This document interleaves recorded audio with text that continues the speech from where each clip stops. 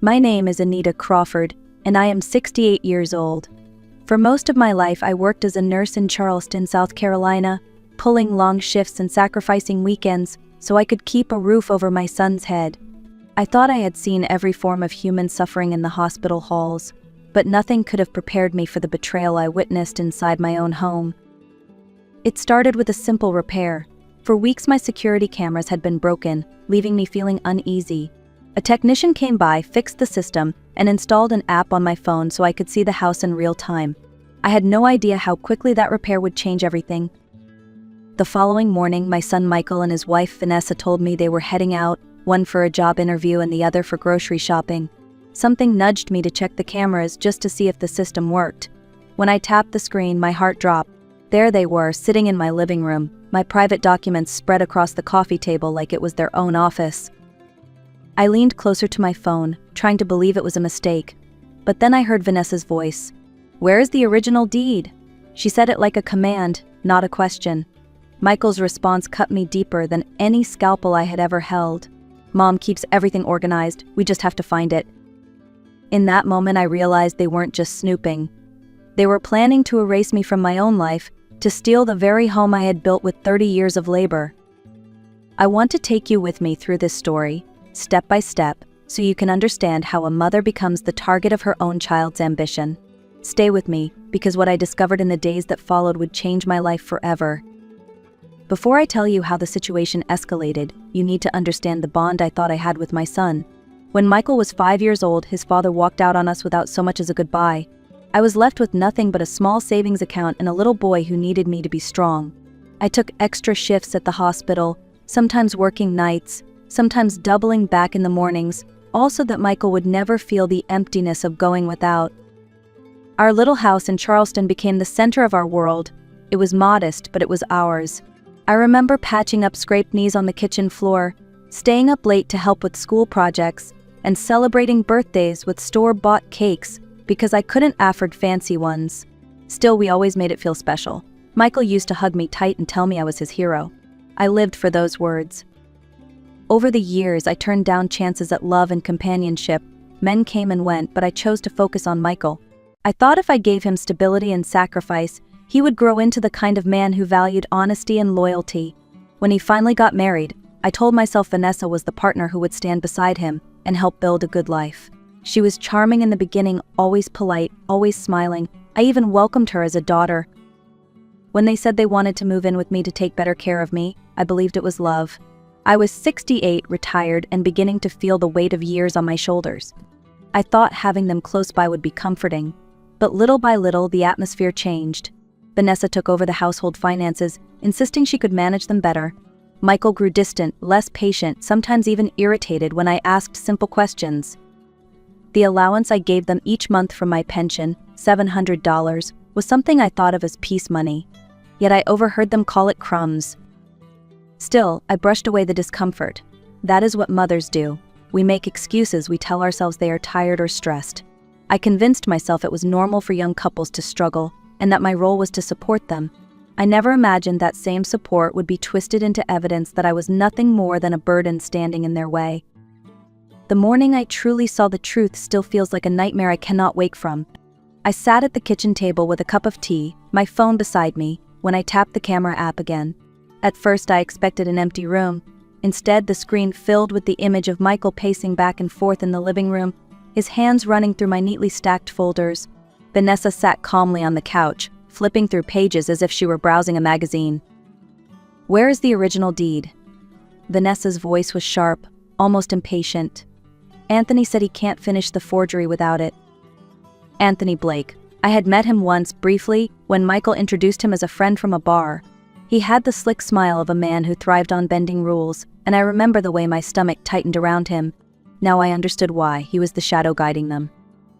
Michael dropped into my favorite armchair, frustration all over his face. "It has to be here. Mom never throws anything away. She keeps everything organized like a vault. If we just keep looking, we'll find it." I gripped my tea so tightly the cup rattled. My son, the boy I had raised alone, was talking about my careful habits as if they were weaknesses to exploit. The same discipline that had carried me through years of night shifts and lonely mornings was now being turned against me. Vanessa lifted a document up to the window and smiled. Did you know this place was appraised at over $500,000? Anthony was right, it's worth the effort. Once we get the house in our names, we can sell it and move her into something smaller. A one-bedroom apartment will be enough for her last years. Her last years, the words made my chest tighten as though the air had been sucked out of the room. I was not a person to them anymore. I was a problem, a line item on a balance sheet, something to be managed until I was gone.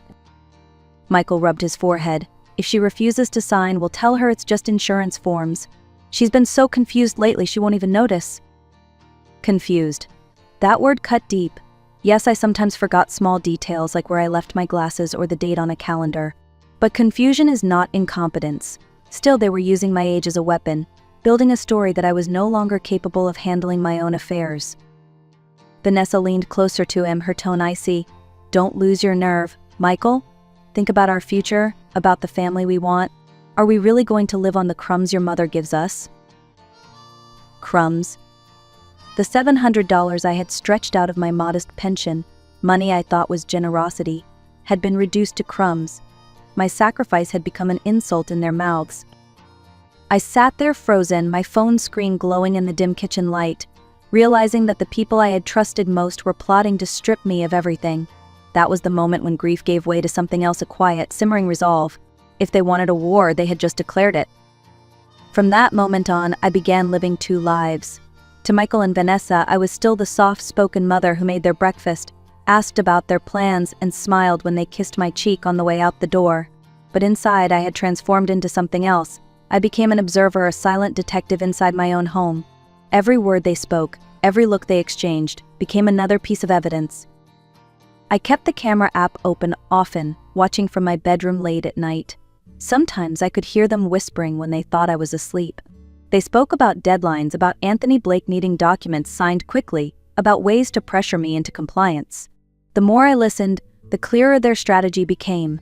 If they couldn't trick me into handing over the deed, they would grind me down until I gave up. One Tuesday morning, I watched as Vanessa sat on my couch with her laptop open, scribbling notes in a small spiral notebook. Michael paced the floor, chewing his nails, a habit he had carried from childhood. Anthony says he's almost ready, Vanessa told him. He just needs the original deed for the signature comparison. What if Mom notices it's missing? Michael asked. His voice carried both anxiety and guilt, though guilt never lasted long. Vanessa didn't flinch. She's 68. She hasn't looked at those papers in years.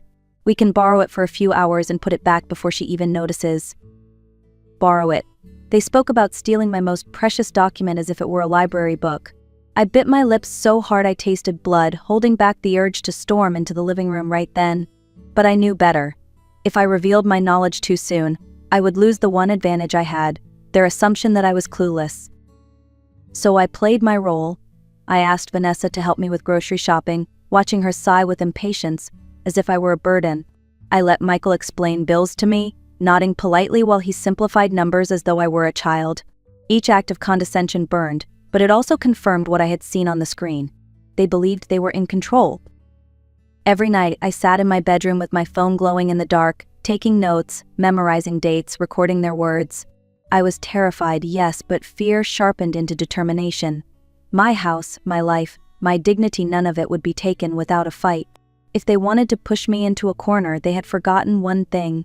Nurses know how to stay calm under pressure, and mothers know how to endure more than anyone can imagine. I was both. Just when I thought I understood their plan, Michael and Vanessa changed tactics. No longer were they content to wait for me to sign documents out of confusion. They decided to build a new story, one that painted me as unstable, paranoid, and incapable of managing my own life. It was the cruelest twist of all, because it turned my vigilance into evidence against me. I overheard Michael on the phone one evening. His voice carried through the hallway. Dr. Harris, this is Michael Crawford. I'm worried about my mother. She's been acting paranoid. She thinks we're conspiring against her. She even installed cameras in the house to spy on us. My chest tightened as I realized what he was doing. He was planting seeds in the mind of my family doctor, the same physician who had treated me faithfully for 15 years. The next day, Vanessa joined in. She talks to herself, she said loudly enough for me to hear. She forgets dates and repeats questions. Honestly, I think she's slipping. They were building a case, carefully constructing a narrative that I was no longer reliable, that my mind was unraveling with age. It was diabolical, because who would people believe? The devoted son and daughter-in-law, or the aging woman accused of paranoia? I refused to let their lies define me. Quietly, I called Dr. Harris myself. "Doctor, I need to speak with you privately," I said, my voice steady. "My son and his wife are trying to take my home. They're pretending I'm losing my mind." Dr. Harris was silent for a moment before replying, "Anita, those are very serious accusations. Can you come in for an evaluation?" I agreed immediately. If they wanted to question my sanity, I would give them the truth on paper. The examination was thorough: memory tests, problem-solving, reasoning, orientation. I answered every question with clarity. When it was over, Dr. Harris smiled. "Anita, you have one of the sharpest minds I've seen at your age. There is absolutely no sign of cognitive decline." She typed quickly into her computer. "I'm documenting this formally. If anyone questions your capacity, this report will stand as proof." Relief washed over me. For weeks I had lived under the shadow of their accusations, almost doubting myself at times. But now I had something stronger than their whispers. I had evidence. The doctor's words felt like armor around my heart. Whatever story Michael and Vanessa tried to spin, they could not erase a professional evaluation. That night, I watched them from the cameras as they whispered in their room. "She's more suspicious than we thought," Michael admitted. Vanessa tapped her nails on the table, annoyed. "Then we'll push harder. If she won't sign, we'll create enough stress that she has no choice." I listened quietly, clutching the fresh report in my hands. They thought they were tightening the noose. They didn't realize I had already cut the rope. By now, I knew the only way to protect myself was to gather undeniable proof. Michael and Vanessa had already destroyed my trust. They had twisted my generosity into weakness and tried to label my vigilance as paranoia. But if I wanted justice, I needed more than my word against theirs. I needed their own voices confessing to their crimes. That was when Dr. Harris referred me to a private investigator named Richard Lawson. He was calm, professional, and had seen too many cases like mine. "Mrs. Crawford," he told me gently, "what you're experiencing is financial elder abuse. It's more common than most people think. If you're willing, I can help you collect evidence strong enough to take to court." For the first time in weeks, I felt hope flicker in my chest. I agreed immediately. The next morning, Richard came to my home with a technician. They installed 2 small cameras in the living and dining rooms, hidden so well that even I couldn't spot them once they were in place. He also gave me a discreet microphone, no bigger than a button, that could be clipped under my blouse. "All you need to do," he explained, "is act as you normally would. Let them talk. Encourage them to explain what they want. The more they reveal, the stronger our case." I nodded, my hands trembling but my resolve firm. If they wanted me to play the role of the confused old woman, then I would play it better than they could imagine.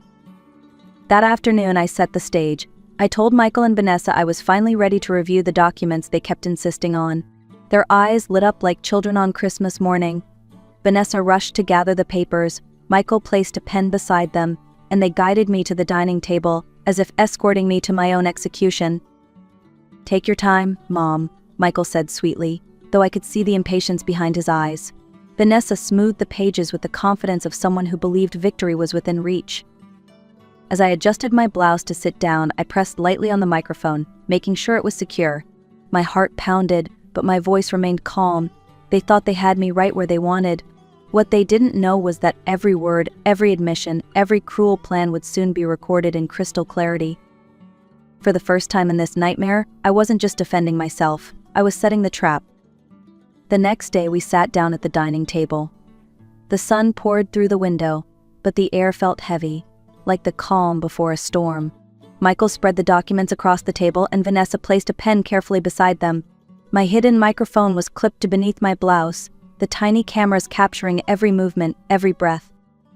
"All right, Mom," Michael began, his voice steady but his hands restless. "We'll go through each page so you understand what you're signing." I leaned forward, pretending to squint at the small print. "What exactly does this mean?" I asked, pointing to a clause. "That's just standard legal language," Vanessa replied quickly. "It allows us to make decisions for you if you can't do it yourself." "If I can't do it myself," I repeated slowly, "or if you decide I can't?" My question made Michael's jaw tighten. "Mom," he sighed, "no one is trying to take advantage of you. This is about protecting you." I set the pen down and looked him directly in the eyes. Protecting me or protecting yourselves? The silence that followed was sharp. Vanessa broke it with irritation. Anita, you're overthinking this. Once we sell the house, we can put you in a safe, comfortable place. With $500,000, we'll build a better future for all of us. Her words cut like glass. So it's true, I said softly. You're planning to sell my home and lock me away. Michael slammed his hand against the table. We deserve that money. We've lived on your crumbs long enough. This house should be ours by right. I swallowed the lump in my throat. By right?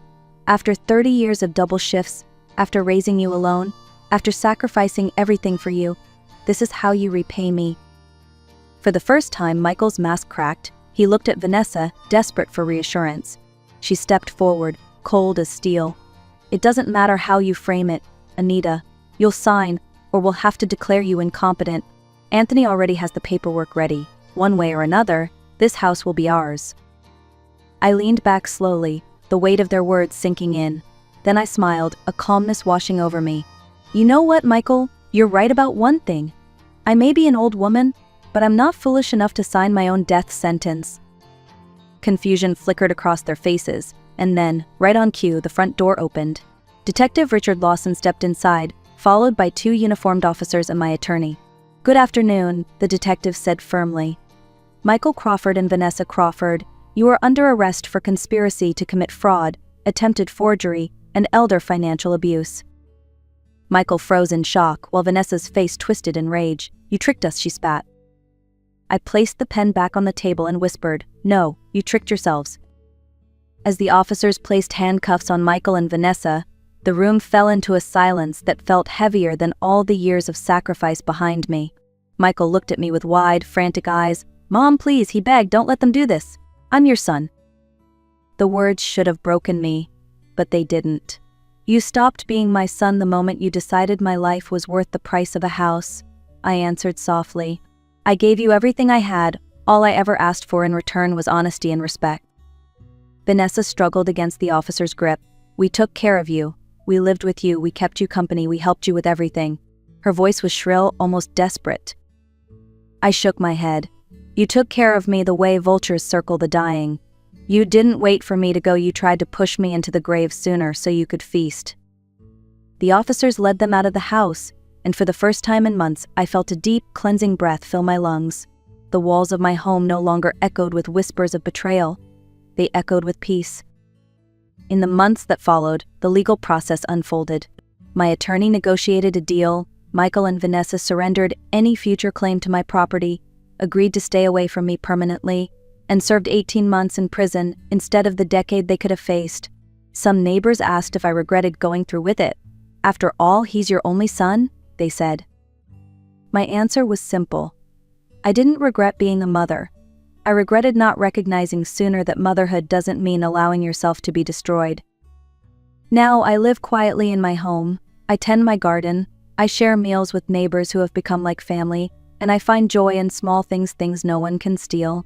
I've learned that blood does not define family. Respect, honesty, and genuine love do.